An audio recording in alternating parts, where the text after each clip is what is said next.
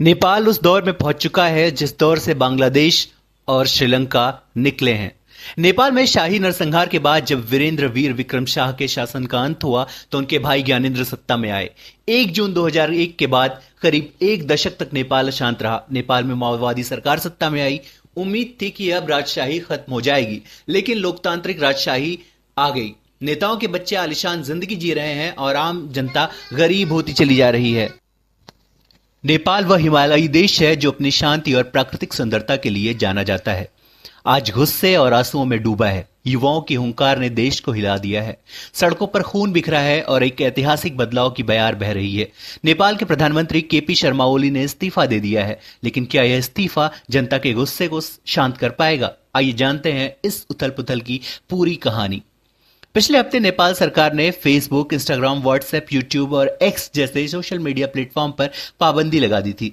सरकार का कहना था यह कदम फर्जी खबरों और नफरत फैलाने वाली सामग्री को रोकने के लिए जरूरी था, लेकिन इस फैसले ने देश के युवाओं में आग लगा दी। 13 से 28 साल के नौजवान, जिन्हें हम जनरेशन जेड कहते हैं या जेनजी कहते हैं, सड़कों पर उतर आए।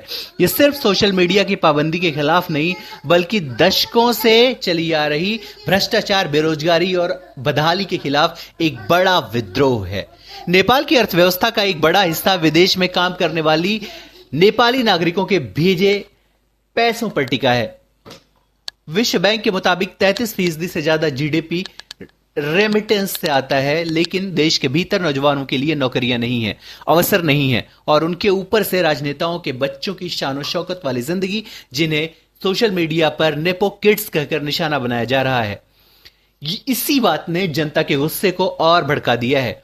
स्क्रीन पर प्रदर्शनकारियों की भयानक विध्वंसक तस्वीरें नजर आ रही हैं। लोग कह रहे हैं हम भ्रष्टाचार से तंग आ चुके हैं, हमें हमारा हक चाहिए। सोमवार को यह प्रदर्शक और हिंसक हो गया। काठमांडू के संसद भवन के बाहर हजारों युवा, जिनमें कई स्कूल कॉलेज की वर्दी में थे, पुलिस से भिड़ गए।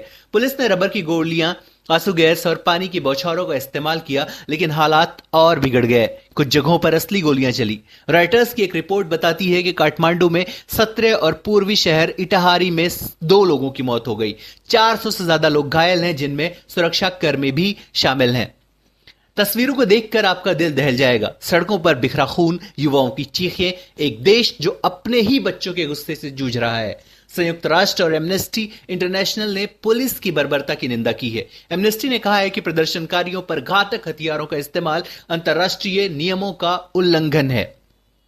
इस हिंसा के बाद सरकार पर दबाव बढ़ता गया। गृहमंत्री रमेश लेखक समेत कई मंत्रियों ने इस्तीफा दिया। आखिरकार मंगलवार को प्रधानमंत्री केपी शर्मा ओली ने भी कुर्सी छोड़ दी। अपने बयान में उन्होंने कहा कि वे युवाओं की मांग के खिलाफ नहीं हैं, लेकिन हिंसा के लिए बाहरी ताकत को जिम्मेदार ठहराया। दूसरी तरफ नेपाली कांग्रेस के नेता गगन थापा ने कहा, हमारे सामने मासूम युवाओं की मौत की क्रूर तस्वीरें हैं। सरकार को तुरंत जवाबदेही लेनी होगी। सरकार ने सोशल मीडिया पर पाबंदी हटा ली है, लेकिन क्या यह काफी है? काठमांडू में कर्फ्यू के बावजूद प्रदर्शनकारी सड़कों पर हैं।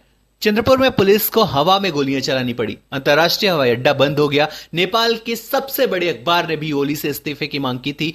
अब वह मांग पूरी हो गई है, लेकिन सवाल यह है कि क्या यह इस्तीफा युवाओं के गुस्से को शांत कर पाएगा? नेपाल के इन नौजवानों की आवाज अब सिर्फ सड़कों तक सीमित नहीं है। यह एक पीढ़ी का गुस्सा है जो भ्रष्टाचार, बेरोजगारी और असमानता के खिलाफ उठ खड़ा हुआ है। क्या नेपाल इस संकट से उबर पाएगा? क्या ये युवा क्रांतिकारी देश को एक नई दिशा देंगे? यह सवाल समय ही देगा।